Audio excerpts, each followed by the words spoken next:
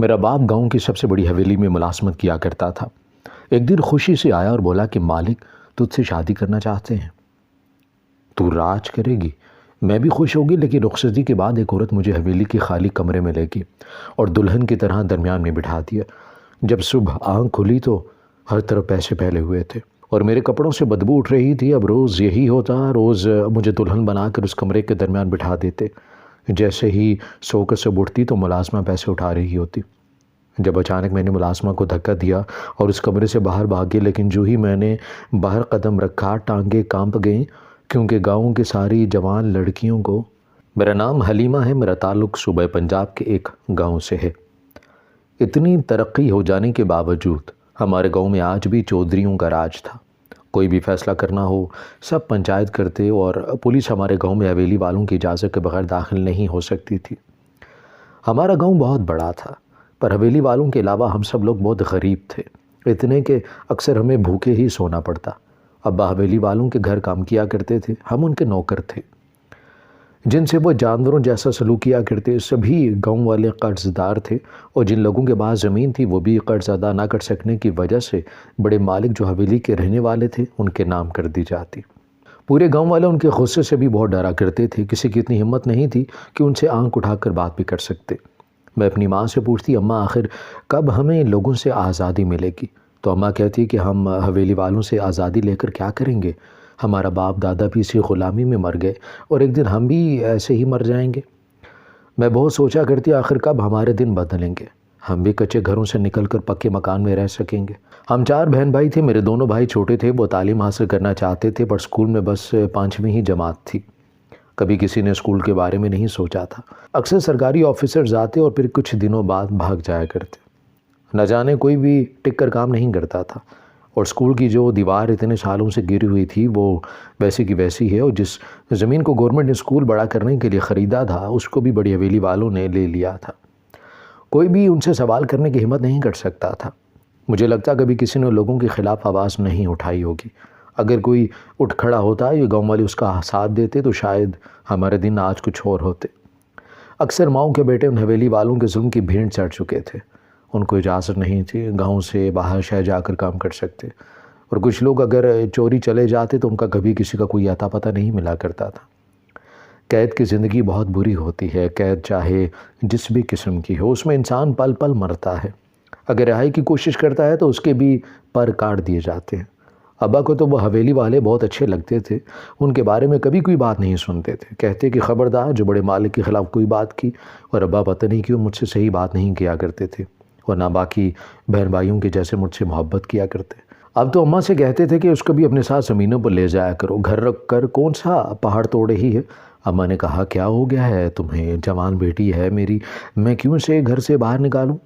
اتنا بہت ہے جو میرے گھر سے جانے کے بعد اپنے بہن بھائیوں کا خیال رکھتی ہے، پورا گھر سنبھال کے رکھا ہوا ہے اس نے، اور تم کہتی ہو کہ میں اسے اپنے ساتھ لے جاؤں؟ کیا تم نہیں جانتے کہ کسی بھی وقت کچھ بھی ہو سکتا ہے؟ میرا بہت دل کیا کرتا تھا کہ ابا بھی مجھ سے شفقت سے پیش آئیں، میرے لیے بھی کچھ نہ کچھ لے کر آئیں۔ ابا کو بس اپنے بیٹوں سے پیار تھا۔ ایک دن میری چھوٹی بہن جو مجھ سے 3 سال چھوٹی تھی کہنے لگی، آپا باہر چوڑیوں والا آیا ہے، مجھے چوڑیاں لے دے۔ میں نے کہا کہ گڑیا ابھی میرے پاس پیسے نہیں ہیں، میں اماں سے پیسے لے کر رکھوں گی، پھر تم خرید لینا۔ پر وہ رونے لگی، اور پھر میں کچھ سوچتے ہوئے اس آدمی سے چوڑیاں میں نے اسے لے دی اور اسے کہا کہ چچا آپ ایسے صبح لے جانا، ابھی اماں گھر پر نہیں ہے۔ تو وہ مجھے سر سے پاؤں تک گھور رہا تھا، کہنے لگا تم نورے کی بیٹی ہو؟ میں نے کہا کہ جی میں اسی کی بیٹی ہوں۔ تو کہتا چلو کوئی بات نہیں، تمہارا باپ میرا دوست ہے، میں اس سے پیسے لے لوں گا، تم چوڑیاں گھر لے جاؤ۔ اور میں خوشی خوشی اپنی بہن کا ہاتھ پکڑ کر اسے گھر لے آئی تھی، اور اسی دن میری بدنصیبی شروع ہو گئی تھی۔ میں 16-17 سال کی تھی اور جب سے ہوش سنبھالا تھا اماں ابا کو ہمیشہ لڑتے جھگڑتے ہی دیکھا تھا۔ ابا کہتا ہے کہ شکر کرو میں نے تم جیسی عورت سے شادی کر لی، ورنہ تم تو بیوی کہے جانے کے قابل بھی نہیں ہو۔ کہاں میں حویلی میں کام کرنے والا بندہ اور کہاں تم انہی حویلی والوں کی زمینوں میں کام کرنے والی مزارے کی بیٹی، جس کو وہ اپنے جوتے کی نوک پر رکھتے ہیں۔ اماں نے کہا کہ کچھ بھی کہو نوکر نوکر ہی ہوتا ہے، جیسے تم نوکر ان کے ویسے ہم ہی نوکر۔ تو ابا کہتے کہ مجھ سے زبان مت چلایا کرو، ورنہ کسی دن تمہاری زبان کاٹ کر تمہارے ہاتھ پر رکھ دوں گا۔ میری بہن سہم کر مجھ سے لپٹ جایا کرتی، اور چھوٹے بھائی وہ تو ہوتے ہی گھر سے باہر تھے، اب تو اسکول جانا بھی چھوڑ دیا، کہتے کہ ہمارے استاد چھٹیوں پر ہیں اور اسکول ویسے کا ویسا کھلا پڑا ہے۔ میں گھر پر سلائی کڑھائی کا کام کر رہی تھی۔ اکثر کچھ عورتیں کام دے جاتی اور جب سے اماں بیمار ہوئی تھی میرے کندھوں پر 2 ذمہ داریاں آ چکی تھی۔ ابا بھی گھر پیسے کم دیا کرتے تھے جس سے بہت 2 وقت کی روٹی ہی پوری ہوتی۔ ابا نے خود کبھی گھر کا کھانا نہیں کھایا تھا، حویلی والوں کے ہاں ہی کھاتے۔ اگر ہم بھوکے بھی رہتے تو ابا کو کوئی پرواہ نہیں تھی ہماری۔ ابا کہتا کہ اگر کبھی کھانا نہ ملے تو صبر سے بیٹھ جایا کرو، تم لوگوں نے ایک دن فاقے سے مر نہیں جانا، اور نہ حویلی میرے پیچھے کسی کو بھیجا کرو، میرے پاس خرچہ ہوتا ہے تمہاری ماں کے ہاتھ پر رکھ جاتا ہوں۔ ایک یہ بوڑھی عورت جس کو میرے باپ نے میرے پلے سے باندھ دیا، اچھی شکل و صورت کا ہوں میں، ابھی دوسرے گاؤں والوں سے رشتہ آیا ہوا ہے، لوگوں کو تو اب کوئی پرواہ نہیں کہ میں بیوی بچے والا ہوں۔ تو اماں نے کہا کہ شرم کرو، جوان بیٹیوں کے باپ ہو، بجائے بچوں کا کچھ سوچنے کا تم اپنا سوچ رہے ہو، کچھ تو اپنی عمر کا لحاظ کرو۔ تو ابا نے اماں کی بیماری کا لحاظ نہیں کیا تھا۔ شروع سے ابا بہت مارتا تھا اماں کو، کہتا کہ تم جیسی عورتیں ہوتی ہی ہیں جو زبان چلانے پر شوہر کے ہاتھوں مر جایا کرتی ہیں، اور پھر لوگ کہتے ہیں کہ شوہر ظالم ہے۔ حالانکہ میں نے کبھی اماں کو ابا سے بدتمیزی کرتے نہیں دیکھا تھا، پر اب کچھ ماہ سے اماں بول پڑتی تھی، ان کو ان کی بات کا جواب دیا کرتی تھی، اور ابا کہتا ہے کہ تم بیویاں غلام ہوتی ہو شوہروں کی، ابھی 3 لفظ بول کر تمہیں آزاد کر سکتا ہوں، اور اماں چپ ہو جاتی۔ عورت واقعاً بہت کمزور ہوتی ہے، اور اگر شوہر کو اللہ نے اختیار دیا ہے تو وہ طلاق کا کہہ کر ایک عورت سے اس کے بولنے کا، اس کے خوابوں کا، خوشیوں کا اختیار چھین لیتا ہے۔ وہ کہتا ہے کہ عورت بس اس کی جی حضوری ہی کرے، جو وہ کہے وہی عورت کرے، اور کبھی اسے کوئی سوال جواب نہ کرے، اور اگر سوال کرنے کی کوشش کی تو بس 3 الفاظ کہہ کر اس کو خاموش کروا دیا جاتا ہے۔ ایک بیوی تو اپنے شوہر کی خاطر اپنے ماں باپ، اپنی خوشیاں، اپنے خواب سب چھوڑ کر آتی ہے۔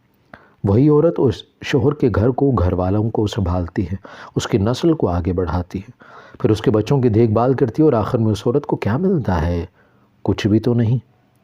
اس دوران وہ اپنی ذات کو، اپنی خوشیوں کو بھول جاتی ہے، اسے خود سانس لینا یاد نہیں رہتا، شاید وہ اندر سے ختم ہو چکی ہوتی ہے۔ آج بھی بہت سی جگہوں پر عورتوں کو آزادی نہیں، ایسی آزادی جس میں وہ اپنے گھر رہ کر اپنے شوق کو پورا کر سکے، اپنی مرضی سے اپنے لیے کچھ خرید سکیں۔ وہ تو بس مجبوری کے اس رشتے کو دل سے نبھاتی چلی جاتی ہیں اور ایک دن مٹی تلے سو جاتی ہیں۔ میری ماں کے ساتھ بھی ایسا ہی ہوا تھا۔ ساری عمر ساس اور نندوں نے اماں کو جوتے کی نوک پر رکھا، ان سے جانوروں جیسا سلوک کیا۔ میری اماں حاملہ ہونے کے باوجود گھر سے باہر جا کر کام کیا کرتی، گرمی ہوتی سردی ہوتی، چاہے طوفان ہی کیوں نہ ہو، اماں بس کام کیا کرتی۔ میں نے کبھی اماں کو مسکراتے نہیں دیکھا تھا۔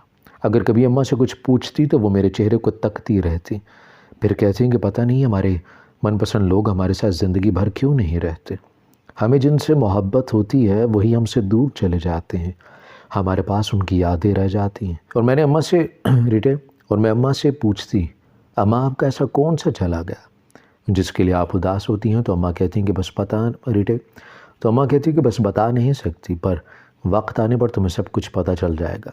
اس کے بعد کبھی اماں سے کبھی کچھ پوچھنے کی نوبت ہی نہیں آئی تھی۔ جب اماں بیمار تھی اٹھ کر ایک صندوق کو کھولنے لگیں، وہ کئی سالوں سے کمرے کے اندر بند پڑا تھا جس پر بڑا سا تالا لگا ہوا تھا۔ اس دن اماں نے اس کو کھولا اور اس کے اندر سے رنگ برنگے کپڑے، چوڑیاں، بہت کچھ نکالا تھا۔ اماں ان سب چیزوں کو ایسے چھو رہی تھی جیسے وہ کوئی مقدس چیز ہوں، اور پھر اماں نے مجھ سے کہا کہ اگر کبھی مجھے کچھ ہو جائے تو اس صندوق کو تم سنبھال لینا، اس میں جو کچھ ہے تمہارا ہے، کبھی تمہارے باپ نے مجھے یہ سب دیا تھا پر میں اس کو کبھی پہن نہیں سکی۔ میں نے ماں کو حیرانگی سے دیکھا، میں نے کہا اماں ابا نے اتنے پیارے کپڑے لے کر دیے، آپ نے پہنے کیوں نہیں؟ تو اماں نے مسکرا کر مجھے دیکھا، وہ مسکراہٹ بہت پھیکی سی تھی، ایسی جیسی ماں بہت کچھ چھپائے ہوئے تھی۔ اور اسی رات اماں کی موت ہو گئی، وہ ہمیں ہمیشہ کے لیے چھوڑ کر اس دنیا سے چلی گئی۔ میرا ابا حویلی میں تھے، اس کو چھوٹا بھائی بلانے گیا تو پتہ چلا کہ حویلی میں ان کی بیٹی کی شادی ہے اور ابا کسی کام میں مصروف ہے۔ آدھی رات کا وقت تھا پر ان بڑے لوگوں کی شادی ختم نہیں ہوئی تھی۔ چچا نے سارے معاملات دیکھے اور چچی ہمیں تسلی دیتی۔ وہ لوگ ہمارے سگے نہیں تھے پر گاؤں میں ہم ایک دوسرے کو چچا، ماموں، خالہ کہہ کر ہی پکارا کرتے تھے۔ خود ابا کا اپنا کوئی بھائی نہیں تھا اور وہ لوگ ہمارے ہمسائے تھے۔ چچا نے کہا کہ بیٹا صبر رکھو، ہم سب کو بھی ایک نہ ایک دن اس دنیا سے چلے جانا ہے۔ میں نے کہا کہ چچا کیا میری ماں کی اس دنیا سے جانے کی کوئی عمر تھی؟ میں نے کتنی بار اسے کہا تھا اماں کو کہ ہاسپٹل لے کے چلتے ہیں، اب تو اماں کو خون کی الٹیاں بھی آتی۔ تو ابا نے کہا کہ کچھ نہیں ہوتا اس عورت کو، سب ڈرامے ہیں، یہ کبھی مرنے والے نہیں ہیں۔ اور آج دیکھیں کہ میری ماں مر گئی، ہم بہن بھائی یتیم ہو گئے، ہمارے گھر کی رونق، ہماری ماں، ہماری جنت ہمیں چھوڑ کے چلی گئی۔ چچی مجھے دلاسا دے رہی تھی، پر یہ وہ وقت ہوتا ہے جب ہمیں صرف اپنا دکھ نظر آتا ہوتا ہے، ہم چاہ کر بھی کچھ نہیں کر سکتے۔ بس تب چاہتے ہیں کوئی معجزہ ہو جائے اور میری ماں زندہ ہو جائے اور اٹھ کر کہے کہ میں تو بس سو گئی تھی۔ پر اماں کا ویران چہرہ جو کمزوری کے باعث پیلا پڑ چکا تھا، اماں کو دیکھ کر ایسا لگ رہا تھا جیسے اماں سو رہی ہوں۔ ایک نور تھا ان کے چہرے پر۔ میری ماں نے کبھی کوئی خوشی نہیں دیکھی تھی، ساری عمر ہم لوگوں کو پالنے میں لگا تھی، اور ابا شروع سے رنگین مزاج تھا، جو بس اپنی دھن میں رہتا، جو اپنے کپڑوں پر کبھی شکن تک نہیں پڑنے دیتا، اور ابا نے کبھی گھر پر دھیان بھی نہیں دیا تھا۔ گھر کی کیا حالات ہیں، میرے بچے بارشوں کے دنوں میں کیا کرتے ہوں گے، اور آج میری ماں اس دنیا سے چلی گئی جو میرا سب کچھ تھی۔ ابا پھر بھی نہیں آیا تھا۔ صبح کی اذان کے بعد اماں کا جنازہ تھا۔ ایک دو لوگ گئے ابا کو بلانے پر، ابا نے کہا کہ اس کے پاس وقت نہیں ہے، اور ابا کے بنا اماں کا جنازہ ہو گیا تھا۔ چچی نے کہا کہ حلیمہ اب تجھے اپنے بہن بھائیوں کو سنبھالنا ہوگا، بڑی بہن ماں کی جگہ ہوتی ہے، اور 18 سال کی عمر میں اپنے بہن بھائیوں کی ماں بن گئی۔ ابا کو دیکھ کر لگتا تھا کہ انہیں اماں نے جانے کا کوئی دکھ نہیں تھا، اور نہ ابا سے کسی نے پوچھا کہ وہ آئے کیوں نہیں۔ کچھ دن لوگ افسوس کے لیے آتے رہے جن کے سامنے ابا ایسے بیٹھتے جیسے بہت دکھ ہو میری ماں کے جانے کا، پر مجھے نہیں لگتا تھا۔ کتنے عجیب ہوتے ہیں ایسے لوگ۔ کچھ مرد کبھی کسی ایک عورت کے نہیں ہوتے۔ جن مردوں کے تعلقات ایک عورت سے زیادہ عورتوں سے ہوتے ہیں، وہ کبھی اپنی عورت سے وفا نہیں کر سکتے، وہ کبھی ایک عورت کے ہو کر بھی نہیں رہ سکتے، ان کو بس اپنی رنگینیاں نظر آتی ہیں۔ میری ماں کو گئے 3 ماہ گزر چکے تھے، میں بھی بہت بدل چکی تھی، میرا کسی چیز کو دل نہیں کرتا تھا۔ وقت اور حالات نے مجھ سے میرے شوق چھین لیے تھے۔ اب میں بس اپنے بہن بھائیوں کا خیال رکھتی۔ میری بہن مجھ سے کہتی کہ آپا کیا اب اماں کبھی واپس نہیں آئیں گی؟ جو لوگ ان کو دوسرے گھر چھوڑ کر آئے ہیں، کیا ہمیں اس گھر میں رہنے کی جگہ نہیں مل سکتی؟ مجھے اماں کے بغیر نیند نہیں آتی، اور آپ نے دیکھا نہیں ابا بھی کتنا غصہ کرتا ہے مجھ پر، تو میں اس کو اپنے ساتھ لگا لیا تھا اور پھوٹ پھوٹ کر رو پڑی تھی۔ زندگی کے ایسے حالات میں ہم بہت بے بس ہو جایا کرتے ہیں۔ ہر انسان کی زندگی میں ایسا وقت ضرور آتا ہے جب وہ کچھ نہیں کر پا رہا ہوتا۔ ایسا لگتا ہے جیسے کوئی اپاہج ہے جو اپنی مرضی سے اپنے ہاتھ پاؤں ہلا نہیں سکتا۔ وقت گزر رہا تھا جب ایک دن میں ماں کی قبر سے واپس آ رہی تھی، اور رستے میں مجھے چچا کا بیٹا رضوان ملا۔ وہ ہمارے ہمسائے میں رہتا تھا۔ اس دن اس نے مجھ سے کہا کہ حلیمہ میں اماں کو تمہارے گھر بھیجنا چاہتا ہوں، میں تم سے شادی کرنا چاہتا ہوں۔ مجھے یہ بات تم سے نہیں کرنی چاہیے تھی، پر پتہ نہیں کیوں مجھے ڈر ہے جیسے کچھ برا ہونے والا ہے۔ تو میں نے کہا کہ اگر میری ماں زندہ ہوتی اور بات تھی، پر میں شادی نہیں کر سکتی۔ ابا تو کئی دن اب گھر میں بھی نہیں آتا، میرے بہن بھائی چھوٹے ہیں، میں بھی شادی نہیں کر سکتی۔ تو وہ مجھ سے کہنے لگا تم کون سا آج سے دور ہوگی، پاس ہی تو گھر ہے، جب دل کر اپنے بہن بھائیوں سے مل لینا، ویسے بھی کیا فائدہ ہے، تم جتنا بھی کر لے اپنے بھائیوں کا، وہ جس باپ کی اولاد ہیں تمہیں نوچ کر کھائیں گے۔ مجھے اس کی یہ بات بہت بری لگی۔ میں نے کہا کہ میں بھی اسی باپ کی بیٹی ہوں، پھر تم مجھ سے شادی کیوں کرنا چاہتے ہیں؟ اور خبردار جو کبھی میرا راستہ روکا، ورنہ میں چچی کو بتاؤں گی گھر جا کر۔ اور وہ مجھے پکارتا رہ گیا اور میں گھر آ گئی۔